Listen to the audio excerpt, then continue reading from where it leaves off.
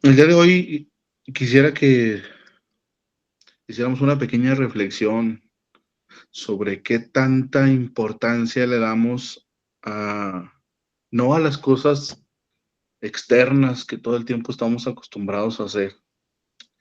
No digo que eso no sea importante, sí, claro que sí, es muy importante, pero el vivir en la divina voluntad no quiere decir que para yo vivir en la divina voluntad tengo que tener una vida extraordinaria, de incluso a tener obras exteriores increíbles y muy llamativas a los ojos de la gente. No, claro que no. O sea, el vivir en la divina voluntad puede ser desde ahí o puede ser desde una vida ordinaria, una vida común, en donde no tiene muchas cosas extraordinarias, pero la, la, lo verdaderamente importante no es tanto si fundamos una orden religiosa o si hacemos una obra grande o cualquier otro tipo de cosas. A lo mejor hasta pudiésemos hablar de milagros aparentes. No, no se trata de eso. O sea, el vivir en la divina voluntad tiene mucho más que ver con el interior de cada uno de nosotros. Aunque puede llegar a un momento en el que haya gente que nos diga, oye, pues tú dices que tratas o vives en la divina voluntad y no se te nota, o sea, tú sigues siendo lo mismo, sigues siendo el mismo. Ah, pues sí, qué bueno, porque es precisamente desde nuestra particularidad, desde nuestras características individuales, que incluso es Dios mismo el que las pone ahí. Es precisamente desde ahí de donde Dios quiere Él expresarse a través de cada uno de nosotros y por lo tanto irse conociendo al mismo tiempo. Entonces, los actos que nosotros tenemos en el interior, que para poderlo explicarlo un poquito mejor, vamos a pensar no tanto en acto como tal, sino el impulso de vida que mueve la acción exterior. Ya el impulso de vida que mueve la acción exterior en su conjunto, pues podríamos nosotros decir que es el acto que nosotros realizamos. Pero lo importante es precisamente el impulso de vida con el cual nosotros realizamos cada una de las acciones externas. Y eso es importante porque si nosotros no tomamos en cuenta la importancia de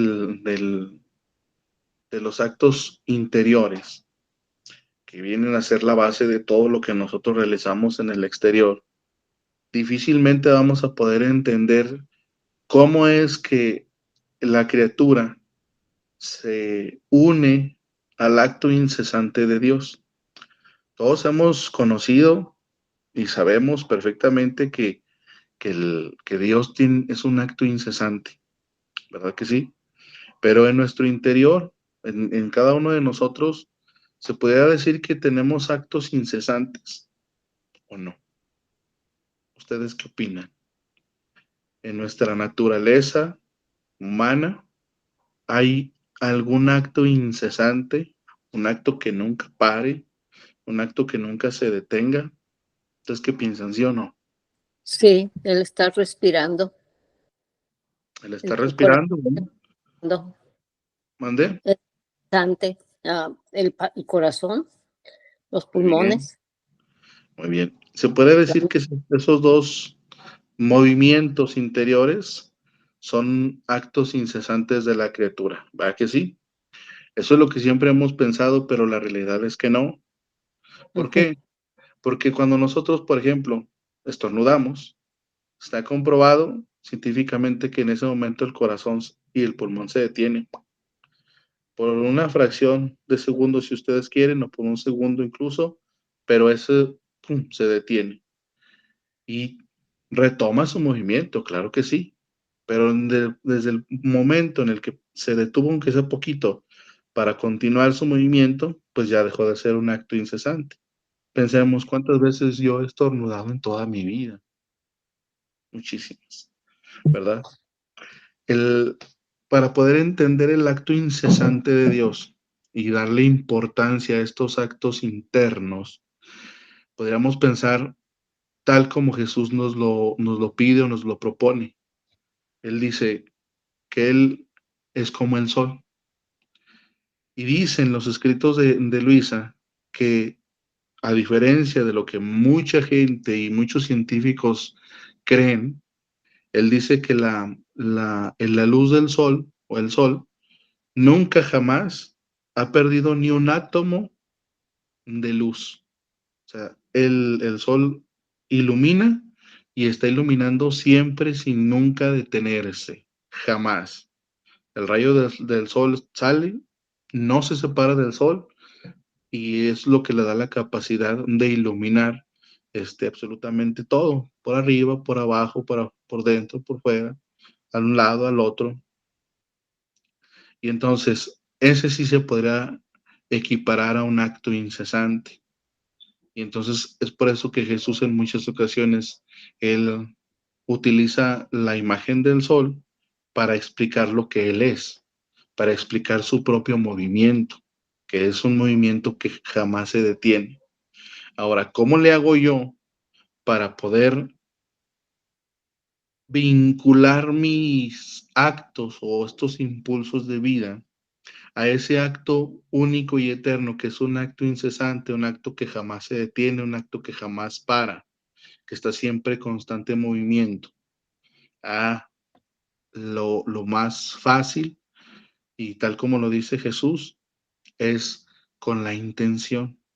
O sea, en el momento en el que la criatura se decide a vivir en la divina voluntad y tiene la intención de unir ese acto al impulso de vida de ese acto único y eterno, de ese rayo solar que es el acto único de Dios, en ese momento se conecta, por así decirlo, y aunque en el exterior puede ser una acción común y corriente, en el interior de la criatura lo que sucede es un cambio, hay una transformación de la esencia de ese acto que se está realizando o de esa acción externa. Entonces, para poderlo ejemplificar un poquito mejor, podemos usar la imagen de la Eucaristía. La Eucaristía, ahí lo que pasa es que, para empezar, antes de la consagración, están de acuerdo conmigo que lo que tiene el sacerdote son pedacitos de pan, así, puro pan, unas hostias y ya. Y tiene vino común y corriente. ¿Están de acuerdo, sí o no? Oh, Sí, muy bien, entonces, en el momento en el que el sacerdote realiza la consagración, en ese momento lo que pasa en esa hostia es que existe una transubstanciación, que es un cambio en la sustancia, en el interior del pan y del vino, y que por fuera sigue siendo pan, sigue siendo vino, sigue sabiendo a pan y sigue sabiendo a vino, que esos son los accidentes de la hostia y del vino, pero en la sustancia, en el interior, ahí es en donde ocurre la transubstanciación, cambia la sustancia. Y entonces, por fe, nosotros ya creemos que lo que pasó ahí es que pasa, ocurre esta transformación y ahora por fuera se ve la hostia y se ve el vino, pero en su interior es el cuerpo, la sangre, el alma y la divinidad de nuestro Señor Jesucristo. Todos los católicos creemos en eso. Y de ahí que exista la necesidad, porque sí es una necesidad de la comunión. Obviamente que para quien trata de vivir en la divina voluntad, la comunión ya no sería una necesidad cualquiera, una necesidad de carencia, porque necesite algo que no tiene, sino que lo necesita por, para vivir, que es una necesidad de vida. Pero bueno, eso ya es otro tema.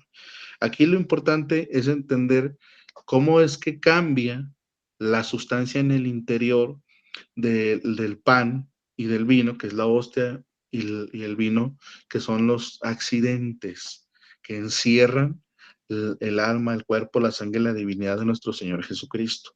Entonces, con el acto hecho en la divina voluntad, en el momento en el que la criatura, estando en estado de gracia, decide vivir ese acto en la divina voluntad, la acción sigue siendo la misma que podría ser el accidente.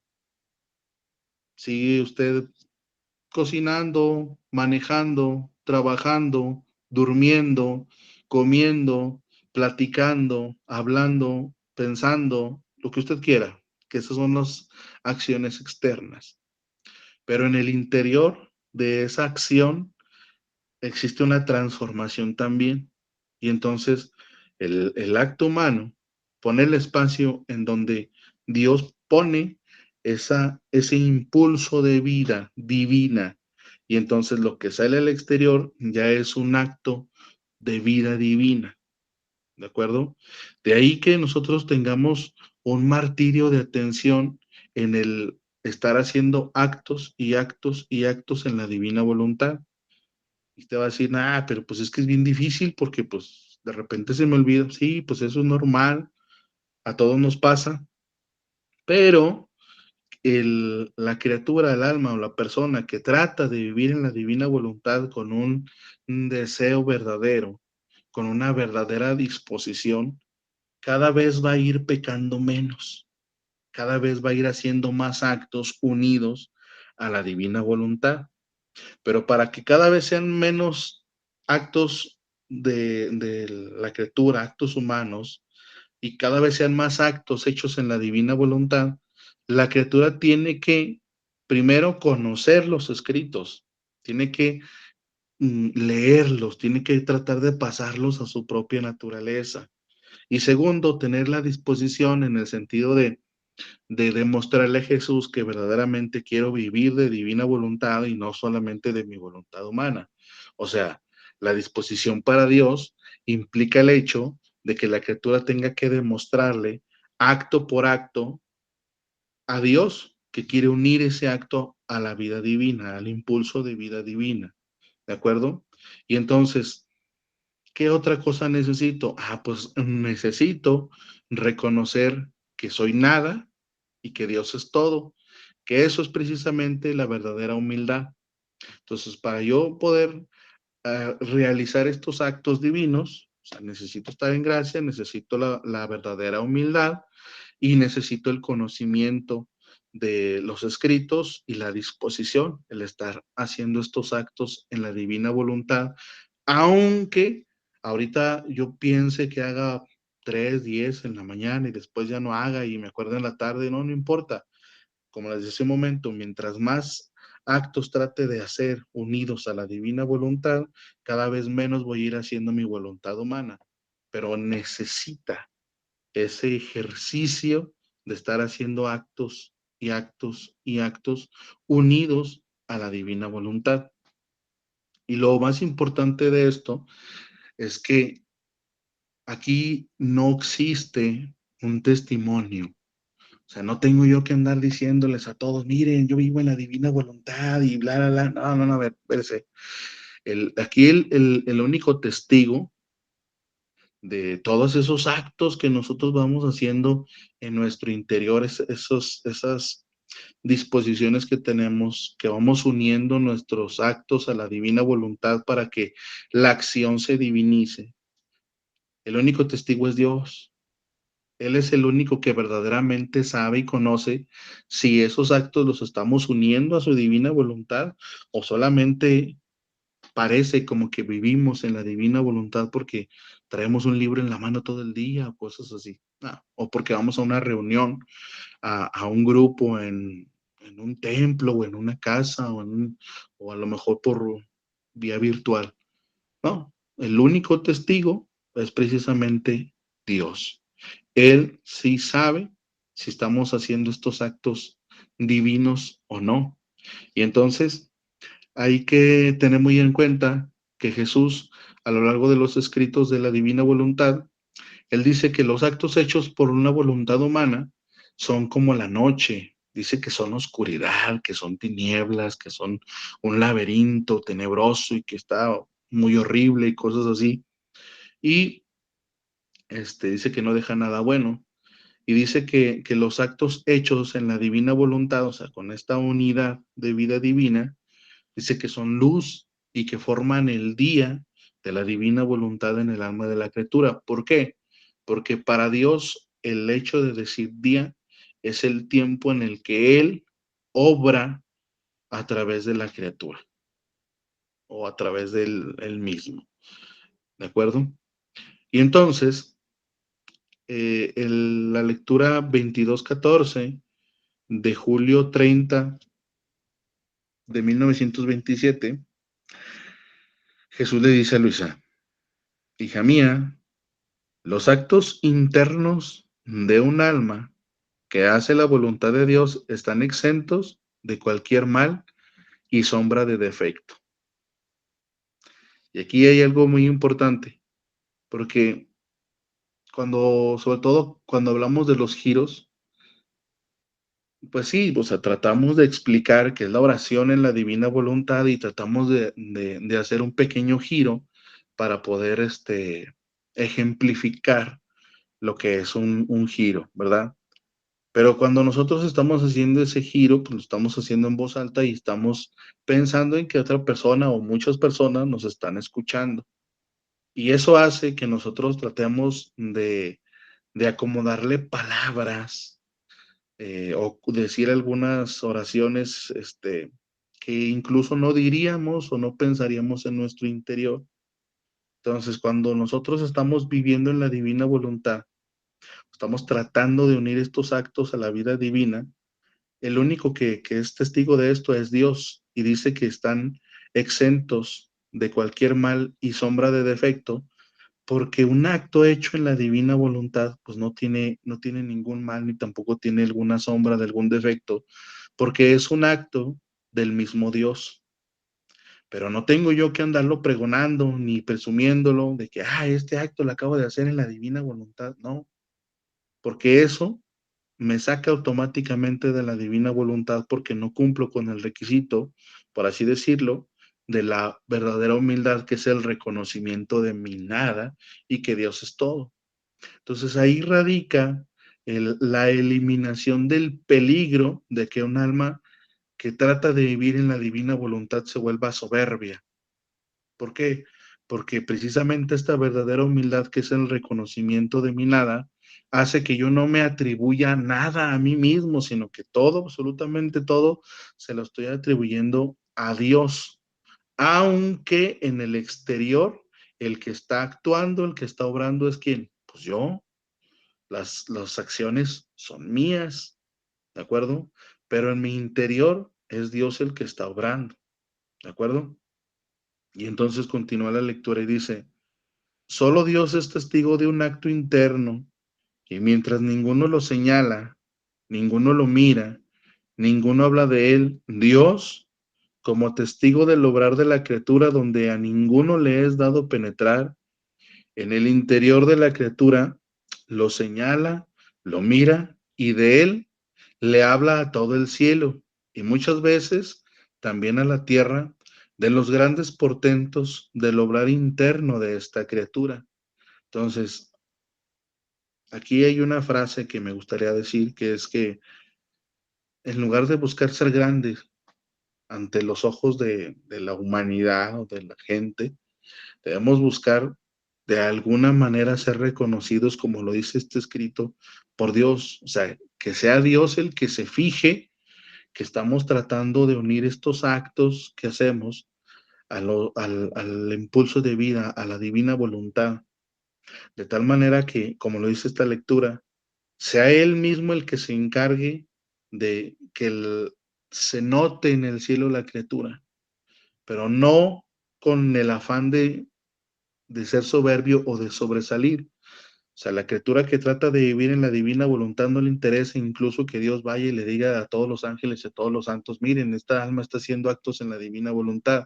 No, simple y sencillamente la criatura se está enfocando en darle vida a la divina voluntad, o darle vida a Jesús en cada acto de vida que se le presenta, independientemente de lo que haga. O sea, la acción externa, eso ya no importa, siempre y cuando la criatura esté en un estado de gracia, ¿de acuerdo? Porque no puedo decir que yo vivo en la divina voluntad y que a cabo no importan los actos que haga y estar pecando. Eso no es posible.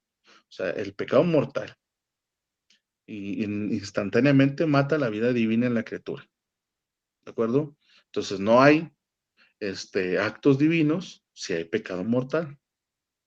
Y hay una lectura que está en el volumen 30, por si después ustedes con más calma la quieren checar, que es la lectura 11, donde Jesús le dice a Luisa Picarreta que para que la criatura pueda hacer un acto en la divina voluntad, la criatura necesita estar habituada a los modos de manifestación de su voluntad, que es la querida y la ordenada. O sea, tiene que estar en estado de gracia para que la criatura pueda hacer un acto en la divina voluntad. Entonces, dice, ser señalado, observado y hacer hablar a Dios de una criatura es el acto, el honor más grande que ella puede recibir y no puede ser excluido de las obras grandes que Dios cumplirá por medio de ella. Los actos internos son heridas, dardos, flechas al seno divino, son mensajeros celestiales que salen de la criatura y vuelan a su creador y llevan la marca de la gloria, del amor y de agradar solo a aquel que las ha creado. En efecto, ¿quién ve? ¿Quién escucha? ¿Quién aprecia todo lo que haces en tu interior? Ninguno, dice Jesús. Solo yo soy testigo, los escucho y los aprecio. Entonces no se trata de como siempre lo digo, no se trata de parecer como que vivimos en la divina voluntad para quedar bien así con los amigos o con las amigas del grupito y los que me conocen que ya ando con los libros de la divina voluntad. No, no se trata de eso. Se trata de que la criatura trate de vivir en la divina voluntad, de que esté uniendo sus actos a la voluntad divina, sin importarle lo demás, solo para darle vida a Jesús en esos actos de vida que está realizando, para darle vida y, y formar parte de ese acto único y eterno de Dios. Todo lo demás a mí no me debe de importar. Por eso Jesús dice, ¿quién escucha? ¿Quién dice? ¿Quién sabe? No sabe nadie. Yo soy el único que los escucho y que los aprecio. Entonces aquí no me tiene que importar si fulanito de tal cree que estoy exagerando con el tratar de vivir en la divina voluntad. Usted dele vida a la divina voluntad en cada acto de su vida para que Jesús sea el que aprecie y el que escuche esos actos que usted va realizando unido a la divina voluntad. Y dice Jesús, he aquí porque en nuestras obras más grandes escogemos almas que aparentemente nada tienen de grande y de maravilloso, almas internas que no están corrompidas ni con miras humanas, ni de rumores, estrépitos, ni gloria, ni estima propia, que llevan las obras externas. Y el mejor ejemplo de esto, pues tenemos a nuestra Madre Santísima. O sea, de María, ¿qué se sabe o qué se dice? O sea, sí, que es la madre del verbo y es la que nos da el verbo eterno, sí. No lo estoy minimizando, es la obra más grande, se puede decir que es la redención. Pero, ¿y de ahí en más qué se sabe de nuestra Madre Santísima? O sea, ¿cuántas órdenes religiosas fundó? ¿Qué más hizo? ¿Cuántos milagros sabemos que hizo nuestra Madre Santísima? Ah, ninguno. Dice en el Tratado de la Verdadera Devoción de San Luis María de Montfort, él dice que María tenía todo el poder para realizar milagros, pero que no hizo ninguno porque Dios no consintió que lo hiciera porque no era necesario. Es Él el que va realizando todo, ¿de acuerdo? Y obviamente que si María tiene la misma vida de Dios, pues poseyendo la fuente de todos los bienes de María, salen absolutamente todo, todos los milagros, todas las señales, todos los prodigios, absolutamente todo. Pero nuestra Madre Santísima, incluso siendo el modelo perfecto de, de santidad divina en una criatura, jamás se achaca o se apropia ningún tipo de milagro, ninguna señal, ningún prodigio, ni nada. Ni tampoco andaba presumiendo que era la madre del verbo y que por ella fue que se encarnó el verbo eterno, ni nada.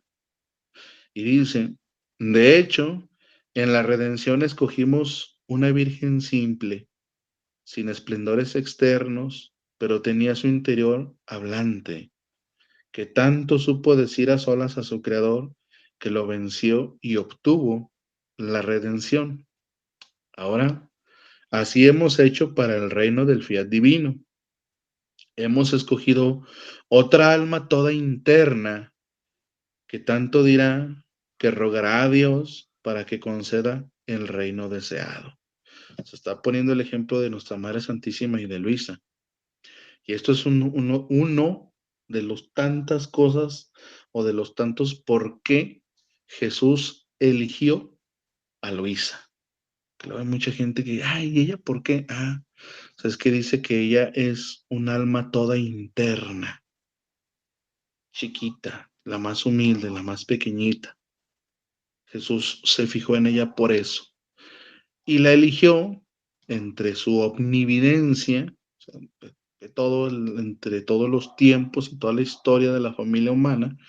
Él ve que de todos, Luisa era la más pequeñita, era la más interna. Y dice, los actos externos, aunque buenos y santos, no pueden agradarme como los actos internos, porque los externos están casi siempre impregnados del aire de la propia gloria, de la estima humana y a veces de crítica. Y un pobre corazón siente en sí los efectos del elogio o bien de la crítica después que ha hecho sacrificios. Y lo humano sale en campo e inviste con su aire tenebroso sus actos, y por eso no llegan puros como deberían ser. ¿Sí se fija? Cómo Jesús ya está haciendo la diferencia, la distinción entre los actos externos y los actos internos. Entonces, ¿cuál podría ser un acto externo? Ah, pues muy fácil. Imagínense que alguien que no conoce de divina voluntad, quiere agradarle a Dios, sí, pero por lo regular casi todos queremos agradarle a Dios haciendo cosas que nosotros creemos que le van a agradar a Dios. O sea, no hacemos lo que Dios quiere o lo que a Dios le agrada, sino que hacemos lo que nosotros creemos que a Él le agrada. Y ahí les doy un ejemplo, sin raspar los muebles de nadie. Pero, por ejemplo, aquí de Guadalupe, Zacatecas, pues anteriormente había una peregrinación de aquí hasta San Juan de los Lagos a ver a la Virgencita de San Juan. Nada más era una.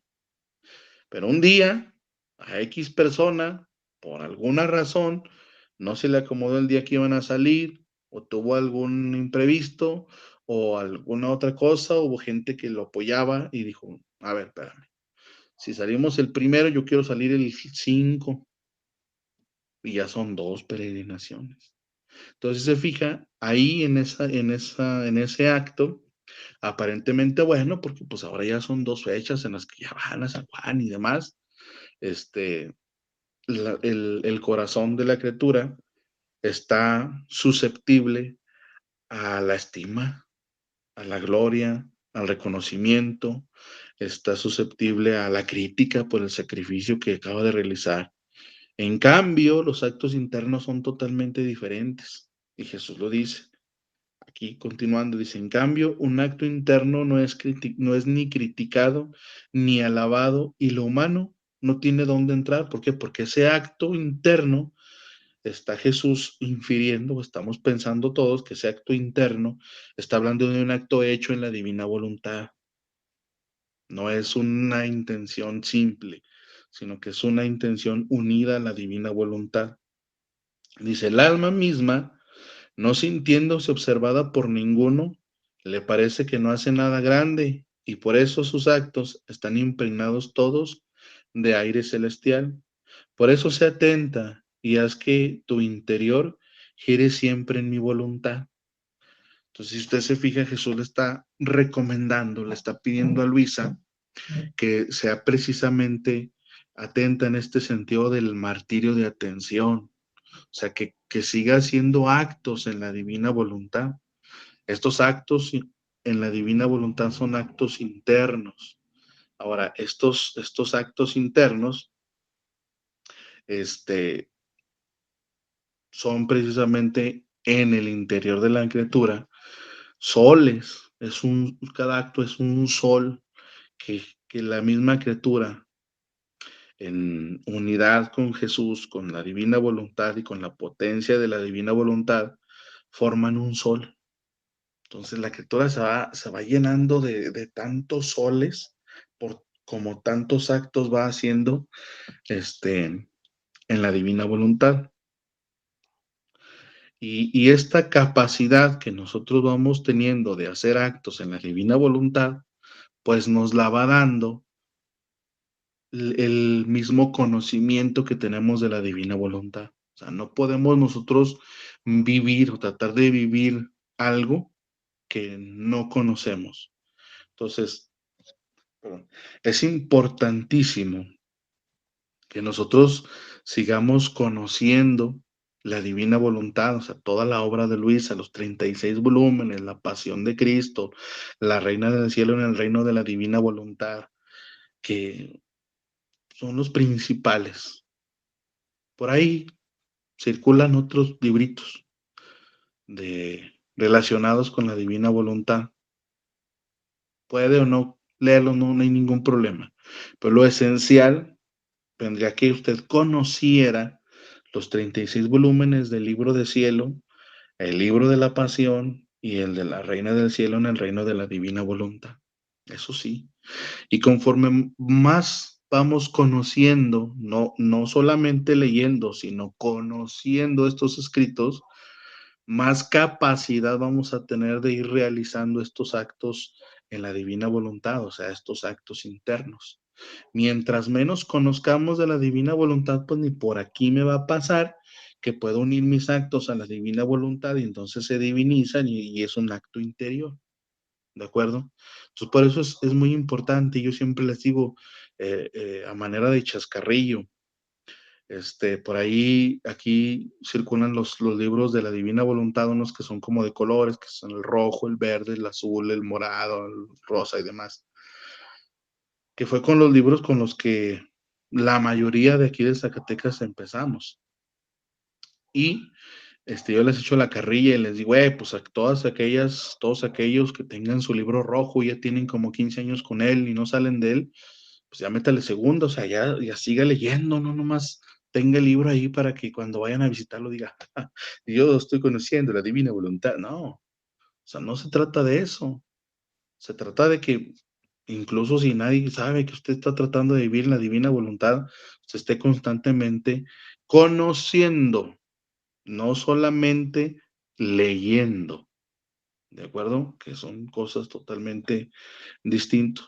Y entonces, en este conocimiento de los escritos de la divina voluntad, Jesús, por medio de una ciencia infundida, que es esta famosa ciencia infusa, va a ir enseñándole a cada uno de nosotros que tengamos esta intención de conocer los escritos de la divina voluntad y que queremos vivir en ella, nos va a ir enseñando el amor, el valor y el oficio de cada cosa creada para que nosotros podamos participar de las obras de Dios y entonces participando de esas obras podamos nosotros hacer estos famosos giros en la divina voluntad.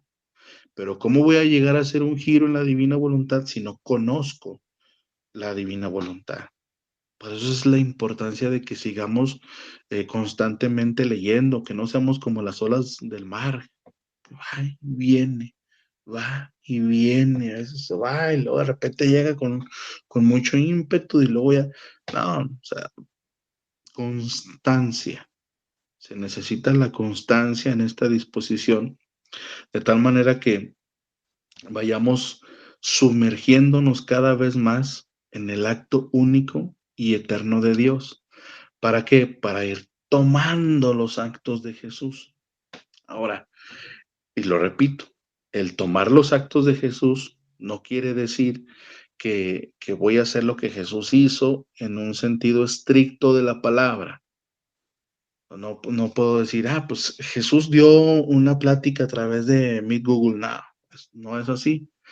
El cómo funciona, por así decirlo, es a través de ese movimiento incesante, de ese acto incesante, de ese rayo de luz que sale de Dios, en donde yo al unirme estoy tomando esos actos. Cuando dice los actos de Jesús, está hablando de esos impulsos de vida divina que me permiten a mí realizar actos internos, actos hechos en la divina voluntad y que son de los cuales Jesús se fija, son de los cuales Jesús les toma importancia, los escucha y son de los cuales Jesús aprecia.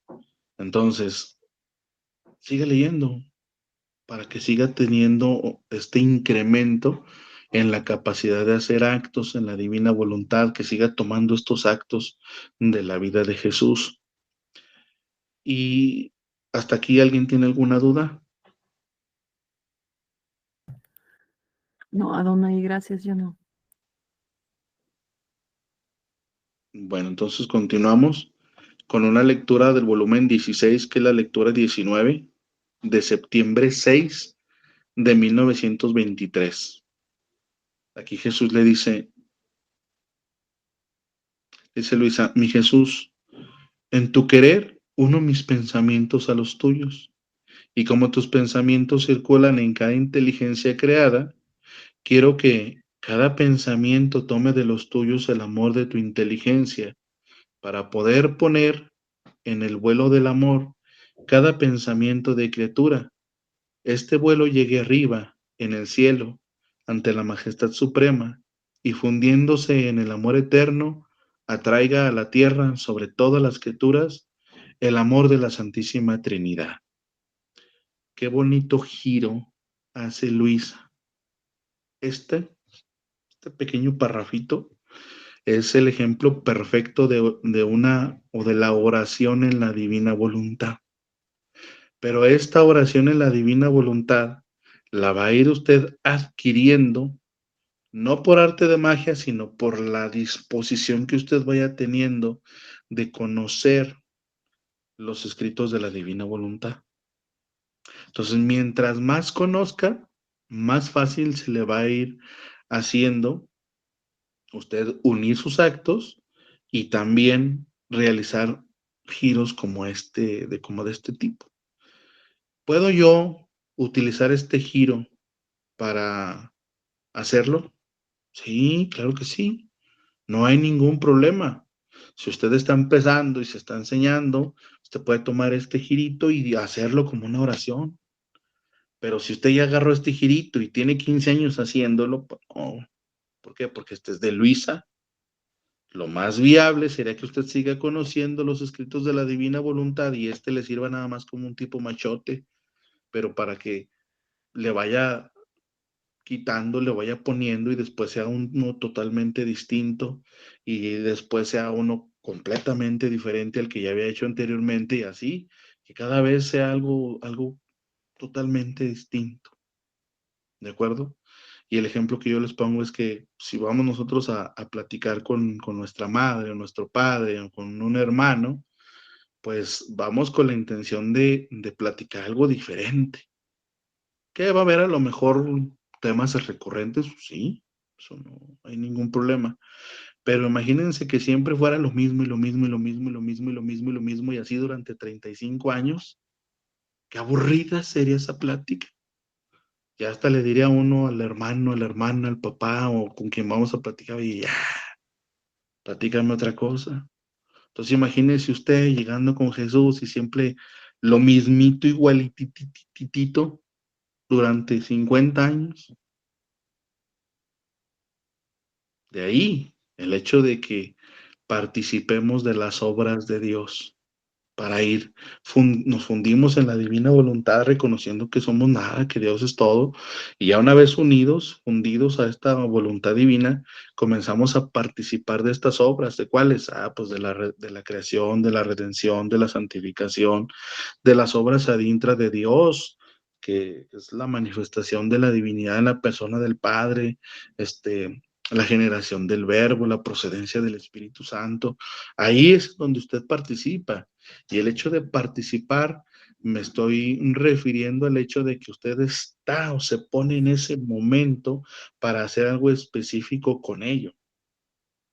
¿Sí me explico? Adonai, Dígame. sí entiendo lo que dijiste ahorita de esto último que acabas de decir, pero también el parrafito que dices tú que no repetirlo, pero no es lo mismo como repetir el Padre Nuestro, que ¿No? sería como una oración, como que está tan bonita lo que escribió Luisa que me gusta repetirlo diario, diario, diario, ¿no? Pero entiendo lo que dijiste ahorita al final también, que sería repetida la misma plática. Uh-huh. Sí, la única diferencia con el Padre Nuestro, que es la única oración que Jesús le enseña a sus apóstoles, es que esa oración Jesús se la enseña a sus apóstoles con la intención de que la criatura pida el reino de la divina voluntad. Oh, sí, sí, sí. Y él se pone en la cabeza de esa oración. Y entonces ahora Luisa, siendo ella la plenitud de los tiempos, de la tercera obra de Dios, ella hace o repite el mismo procedimiento, por así decirlo, que realizó nuestra Madre Santísima. O sea, en el momento en el que Adán cae, a Adán le prometen un redentor. ¿Están de acuerdo conmigo, sí o no? Sí, Y lo único que necesitaban era creer en el redentor y un día iba a venir, ¿verdad que sí? sí. Y entonces no les alcanzaba simple y sencillamente, y esto lo dice Jesús en los escritos, con simplemente creer que venía el redentor. Lo que hace nuestra Madre Santísima es que ella, viviendo, teniendo la vida divina en ella toma los actos de todas las personas del Antiguo Testamento, todos los actos buenos y todas aquellos actos de fe en que creían que iba a venir el Redentor, les pone el sello de la divina voluntad y entonces le paga a Dios. Y una vez que le paga a Dios a nombre de todos, es cuando decide mandar el Redentor, o sea, cuando ya Él se encarna en nuestra Madre Santísima. Por eso es ella, la Madre de Dios, es ella la que nos da la encarnación del Verbo, porque ella es la que a nombre de todos le paga a Dios por el hecho de que se encarne el Verbo eterno, ¿de acuerdo? Y eso mismo pasa con Luisa. Nosotros o incluso antes de conocer la divina voluntad, y antes de Luisa, ¿cuánta gente había rezado el Padre Nuestro? Uf, incontables, o sea, no podemos nosotros poner un número. Entonces lo que hace Luisa es que viviendo en la divina voluntad, toma todos y cada uno de los actos buenos, actos virtuosos de todos los santos, las oraciones, o sea, el Padre Nuestro en específico, le pone el sello de la divina voluntad para que sea reconocido por Dios y entonces Él decide dar el reino de la divina voluntad obrante en la criatura, que es el momento en el que ahora sí ya se funda el reino de la divina voluntad en el preciso instante en el que Luisa trasciende de este mundo al cielo, o sea, ya cuando muere, queda totalmente confirmado aún y cuando Luisa, tiempo atrás, ya vivía en la divina voluntad. Pero se tiene que esperar a que Luisa se muera para que quede confirmado. Porque en el mundo de la posibilidad, por el libre albedrío que tenía Luisa, existía la posibilidad de que dijera, no, sabes que siempre no. Ujú. Y entonces Dios no se iba a arriesgar como se arriesgó con Adán. Él Ujú. mismo en los escritos dice, cuando yo creé al hombre, yo jugué un juego de azar donde le di mi vida sin pedirle nada a cambio y pues perdí, sí, pero no me vuelve a pasar. Y entonces, tan no le vuelve a pasar que necesita que se confirme. Y eso mismo pasa con la redención. O sea, María nos da al Redentor, Jesús es quien nos redime, pero no es hasta el momento en el que Él muere y resucita, en el que nosotros tenemos acceso al cielo, a la gracia, ¿verdad? Porque es el Ujú. momento en el que se confirma.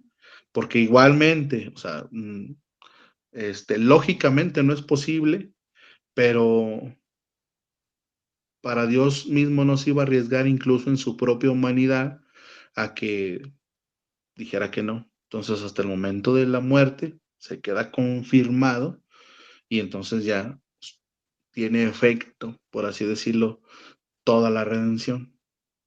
Entonces, esa es la única diferencia con el Padre Nuestro. ¿De acuerdo? Una gran diferencia. Ok, gracias. Entonces, en el volumen 18, la lectura 16 de diciembre 6 de 1925, dice Luisa, estaba haciendo en mi interior mis acostumbrados actos en el querer supremo. Estos actos, obviamente, pues ya estamos infiriendo que son estos actos interiores de los que hemos venido hablando. Dice, abrazando toda la creación y a todas las criaturas, para poder hacer míos todos sus actos y corresponder a mi Dios con mi pequeño amor por todo lo que ha hecho en la creación y por lo que debería hacer todas las criaturas.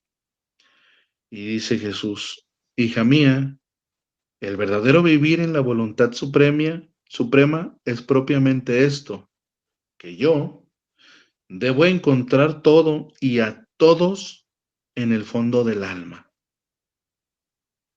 Y bueno, esta es una lectura del volumen 18, pero ya desde el volumen 12 hay una lectura en donde Jesús le dice a Luisa que el alma que vive en la divina voluntad vive a nombre de todos, de todos. Pues ahora en esta lectura dice que él debe encontrar todo y a todos en el fondo del alma. Todo lo que mi voluntad ha hecho salir fuera para el bien de las criaturas en la creación debe estar vinculado con su amor en el alma. Con el vivir en mi querer y con su correspondencia de amor queda ya vinculada y en posesión de todo lo que mi voluntad ha hecho y hará. Y ama como ama y sabe amar mi voluntad. Entonces ya no es un amor humano. ¿Cómo le hago para amar todo y a todos como Jesús ama? Ah, pues voy a amar lo que hay de Jesús en todo y en todos. Así de fácil y sencillo. No se trata de decir, pues es que nada más dice Jesús que Él es el único que merece ser amado. Entonces, como yo quiero cumplir lo que dice Jesús, pues me voy a divorciar porque pues yo no puedo amar a mi esposo, no puedo amar a mi esposa, pues ya ni modo. No, no se trata de eso. Se trata de sí, que Jesús es el único que merece ser amado, pero tengo que amar lo que hay de Jesús en mi esposa, lo que hay de Jesús en mi esposo, lo que hay de Jesús en mis hijos, lo que hay de Jesús en el vecino, lo que hay de Jesús en mi papá, lo que hay de Jesús en mi mamá, y así de todos los demás. Y entonces así estoy amando como Jesús ama, del mismo modo con todas las cosas. Y así no hay imperfección en ese amor, porque estoy amando a Jesús sobre todas las cosas. Y dice, con el vivir en mi querer y con su correspondencia de amor queda ya vinculada y en posesión de todo lo que mi voluntad ha hecho y hará, y ama como ama, y sabe amar mi voluntad. Así que, estando todo esto en el verdadero vivir en ella, y habiendo vinculado todo así, yo encuentro en el alma el cielo estrellado, el sol resplandeciente, la vastedad de los mares, las praderas floridas, todo encuentro en ella. Por tanto, no es justo que el alma, saltando de cosa en cosa sobre todo lo que es mío y suyo, lo reconozca y jugueteando sobre todas las cosas creadas, imprima en ellas su beso y su pequeño te amo sobre cada cosa para aquel que ha creado tantas cosas para hacer don de ellas a la criatura, mostrándoles con esto una variedad de amor por cuantas cosas ha creado, y como ama que el hombre sea feliz, dándole no solo lo necesario, sino aún lo superfluo. Entonces, si se da cuenta cómo Jesús nos va diciendo, nos va enseñando que el vivir en la divina voluntad nos va vinculando obviamente primero con Dios, pero al mismo tiempo nos va vinculando con todas y cada una de las cosas creadas. ¿Por qué? Porque lo que hace la criatura es que la criatura le presta o le da la voz a todas las cosas creadas que no tienen uso de razón, no tienen voz ni nada. Pero Dios puso un te amo, lo hice para ti, en el sol, en las estrellas, en todo.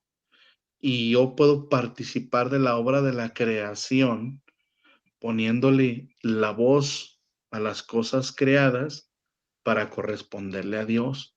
Y no solamente en la creación, eso lo puede hacer también en la redención.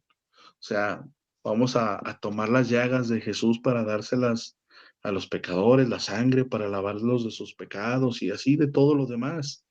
En la santificación podemos tomar los mismos sacramentos, las hostias consagradas, las comuniones, los bautizos, todo este tipo de cosas. Ahí es en donde participamos. Entonces, el alma que trata de vivir en la divina voluntad, pues internamente tiene una actividad increíble, porque todo el día está haciendo esto. Y Jesús dice que le recompensa, no solamente dándole lo necesario, sino que aún lo superfluo. Entonces, incluso las cosas que podrían ser cosa de nada para nosotros o que no le ponemos tanta atención, Jesús mismo nos lo da.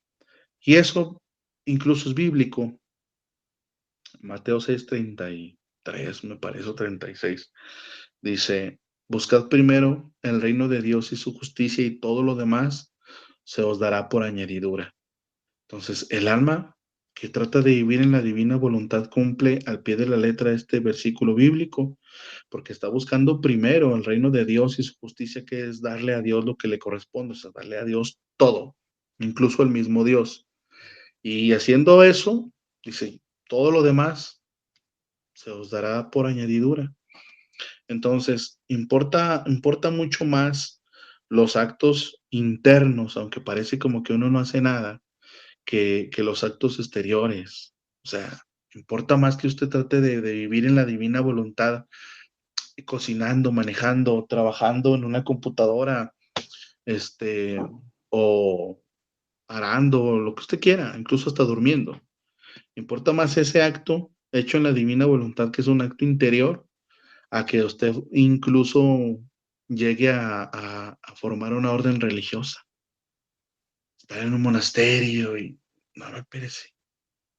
Aquí, desde su casa, cumpliendo con sus deberes de Estado,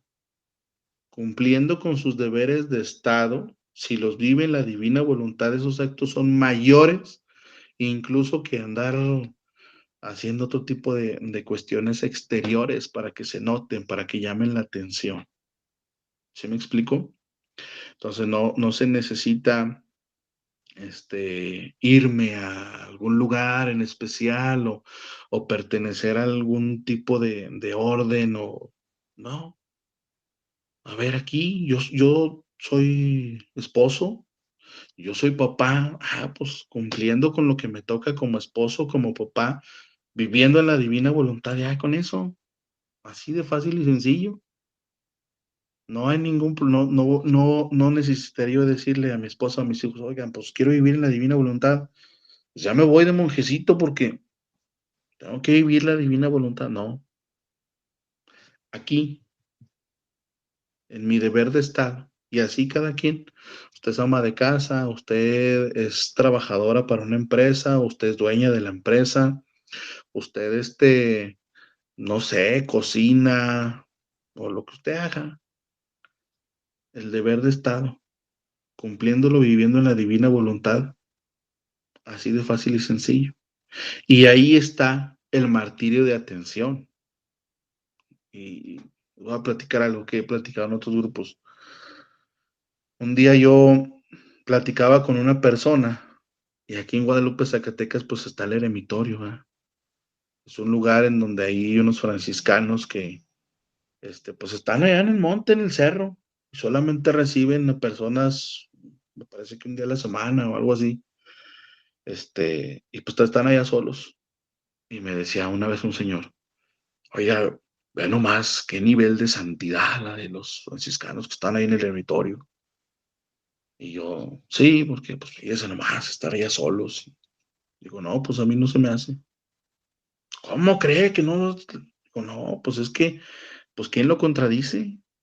O sea, no tiene una esposa que le lleve la contraria, un esposo que le haga renegar, no tiene un hijo que sea como la piel de Judas, que ande haciendo destrozos y que corre y que venga y que grite y que salga corriendo a la calle sin fijarse si viene un carro, o no tiene un vecino que le aviente la basura o que haga una fiesta a las 3 de la mañana, no tiene nada.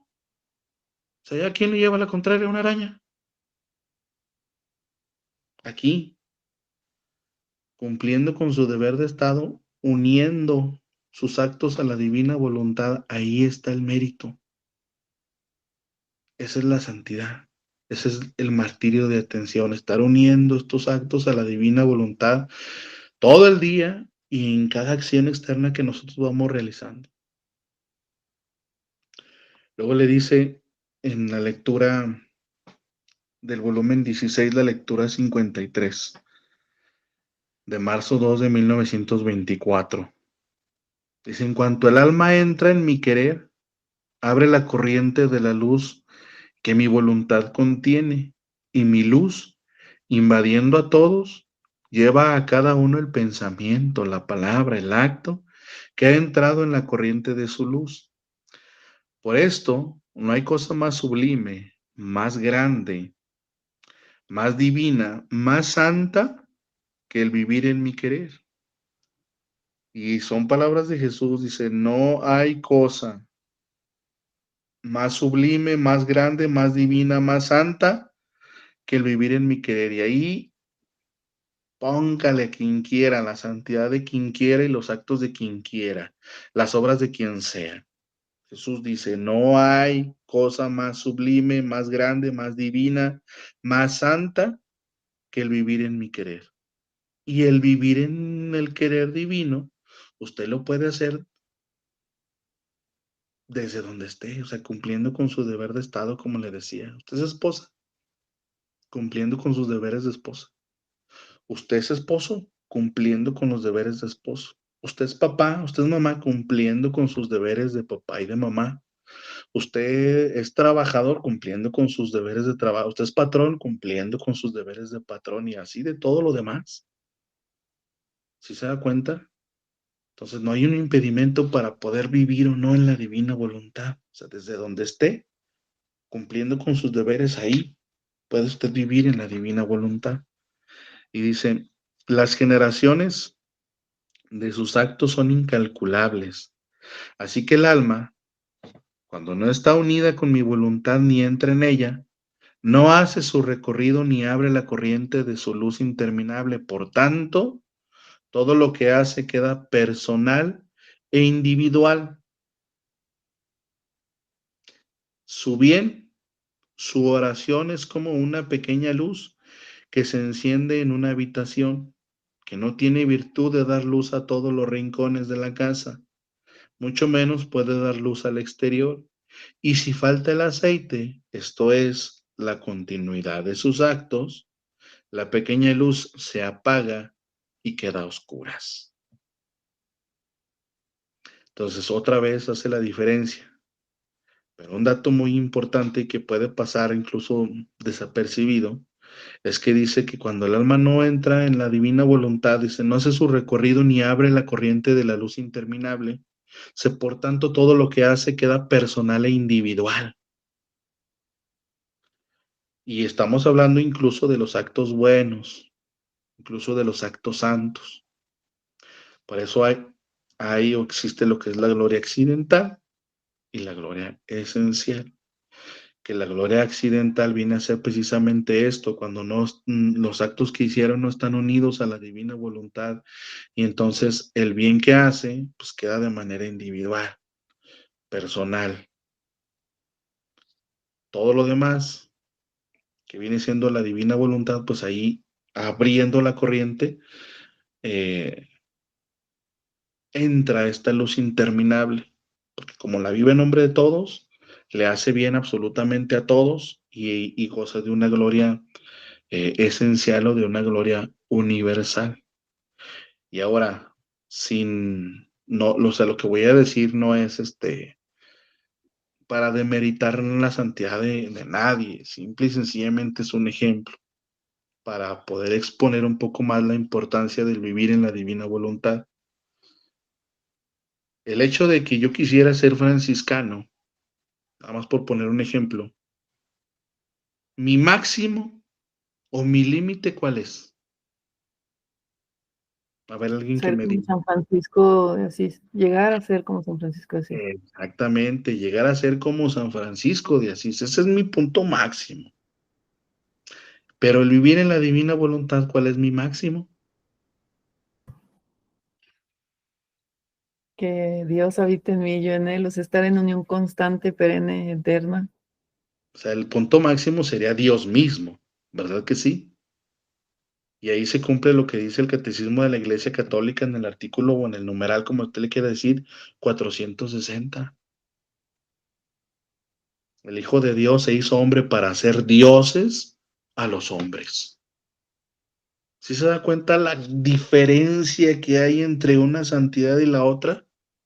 Entre tener cerrada la corriente de la luz y tenerla abierta para que llegue a torrentes en estos actos internos, que obviamente estos actos internos es una luz interna que el alma tiene. Ya cada quien puede decidir si se queda a oscuras o si quiere vivir de la divina voluntad. Cada quien decide. Entonces, mientras más actos hacemos, la luz en nuestro interior se va haciendo cada vez más fuerte y más fuerte y más fuerte, va creciendo y va creciendo y va creciendo. Por el hecho de que la vida divina en la criatura, pues comienza a desarrollarse. Y entonces vuelvo al ejemplo. Mi máximo, mi límite, pues es Dios mismo. En otra santidad, pues cada quien decide cuál o quién sería nuestro límite. Y no es, lo repito, no estoy demeritando nada. Ya quisiéramos muchos tener la santidad de San Francisco, de San Agustín o de alguien más. Simple y sencillamente quise poner el ejemplo para que, para que tengamos un punto de referencia y decir, no, sí quiero vivir en la divina voluntad. Si quiero hacer actos internos, si quiero hacer actos unidos al acto único y eterno de Dios. Así de simple, así de sencillito. Dice en el volumen 17, la lectura 33 de marzo 1 de 1925. Dice, Dios es luz y ella está unida a la luz y se alimenta de la luz y de verdad. Pero mientras yo alimento el alma de verdad y de luz, ella debe tener abierta la corriente de su voluntad para recibir la corriente de la comunicación divina. De otra manera, puede suceder como la corriente eléctrica, a la cual no le basta que se genere la corriente, sino que se necesitan los preparativos para recibirla. Pero con todo esto, no a todos llega la misma luz, sino según las lámparas que se tienen, que tienen Quien tiene una, recibe una luz. Quien tiene 10, recibe por 10 la luz. Si las lámparas contienen más hilos eléctricos, las lámparas se ven más plenas de luz. Si menos hilos, a pesar de que haya espacio en el vidrio, la luz es pequeña. Y a pesar que la fuente de donde viene la corriente puede dar más luz, no la recibe porque falta la fuerza de la electricidad en las lámparas para recibirla. Por eso se necesita la corriente celestial que la quiera dar y la corriente humana para recibirla. Y según vayas haciendo más actos en mi voluntad, agregarás otros hilos para volver más completa la luz que quiero encerrar en ti. Entonces, nosotros somos la lámpara y nuestros actos son los hilos. Y como dice, mientras más hilos, más luz.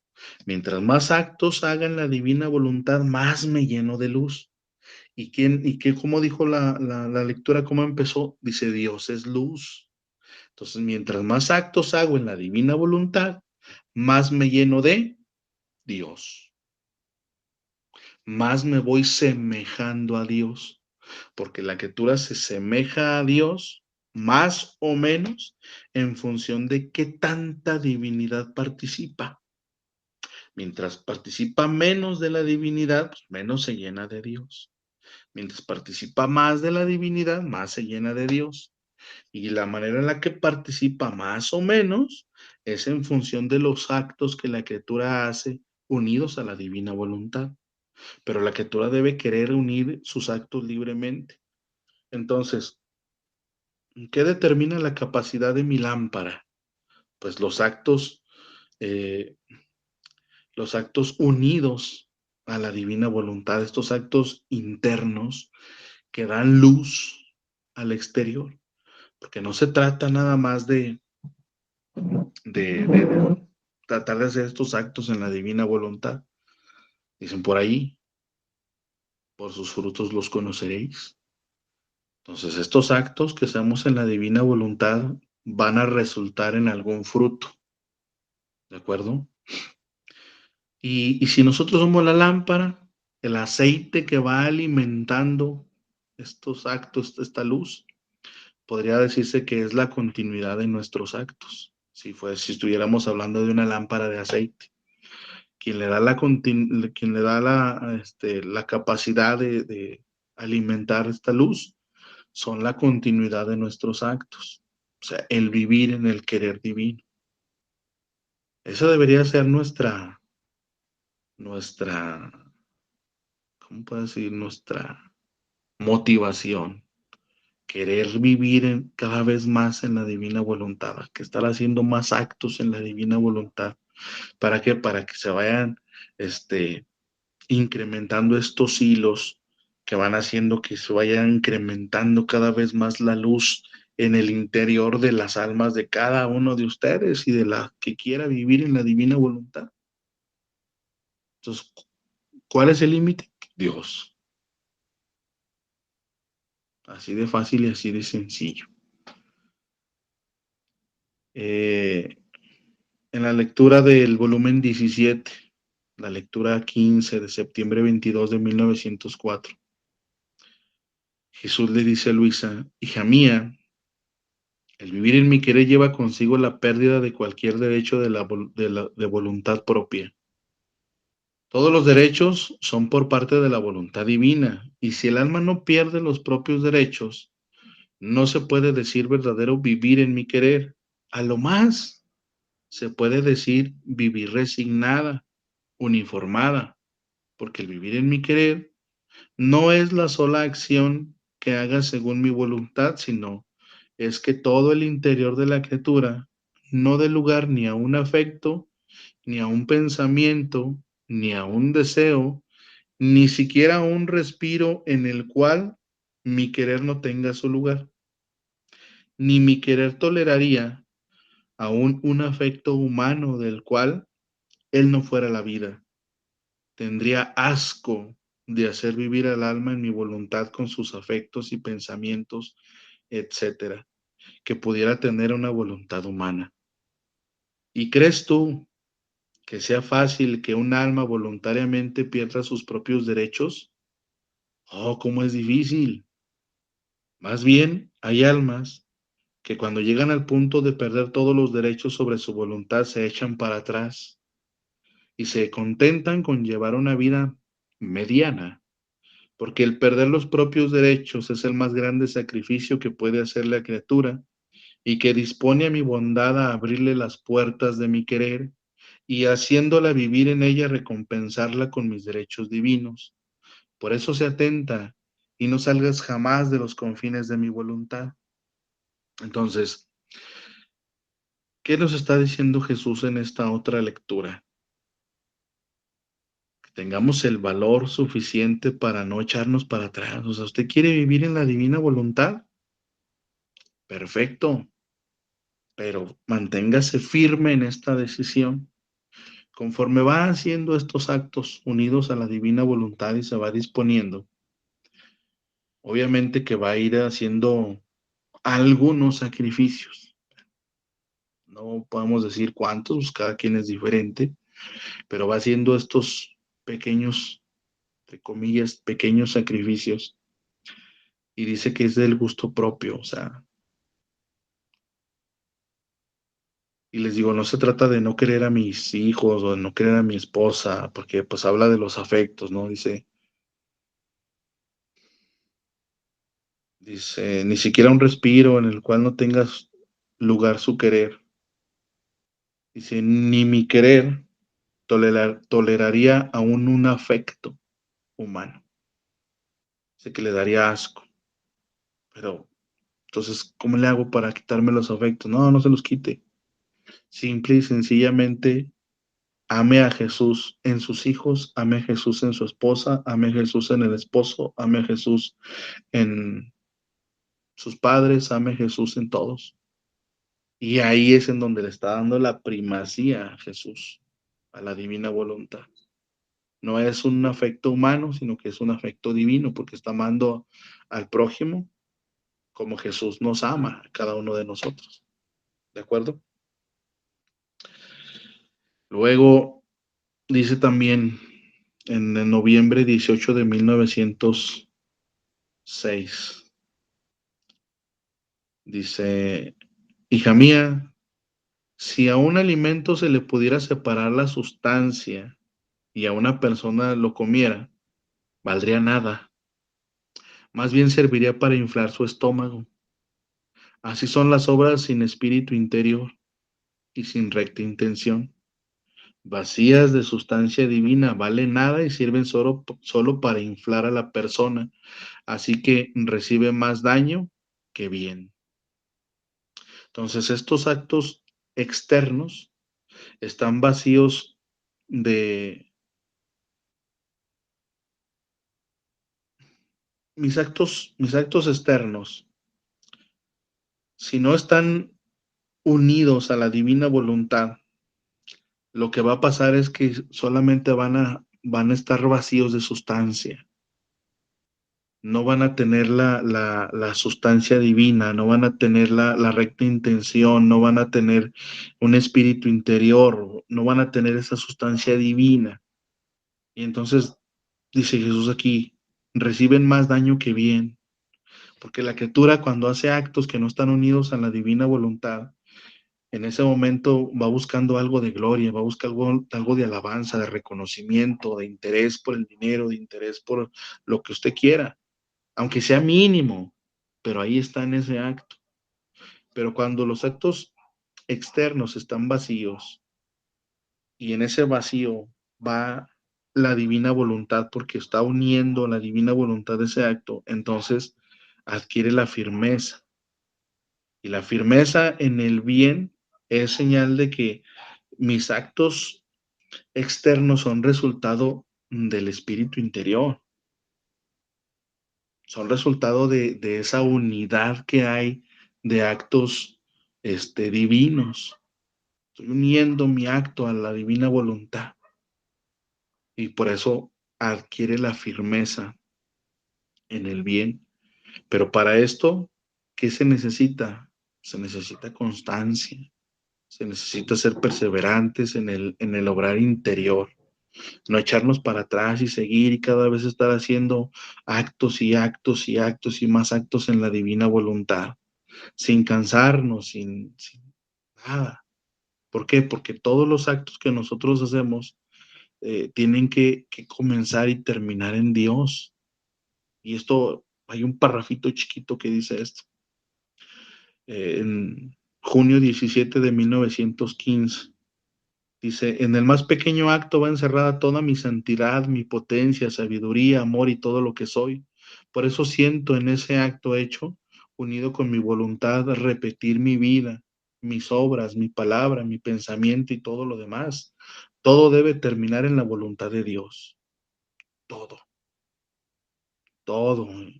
Desde las obras más grandes hasta las más pequeñas.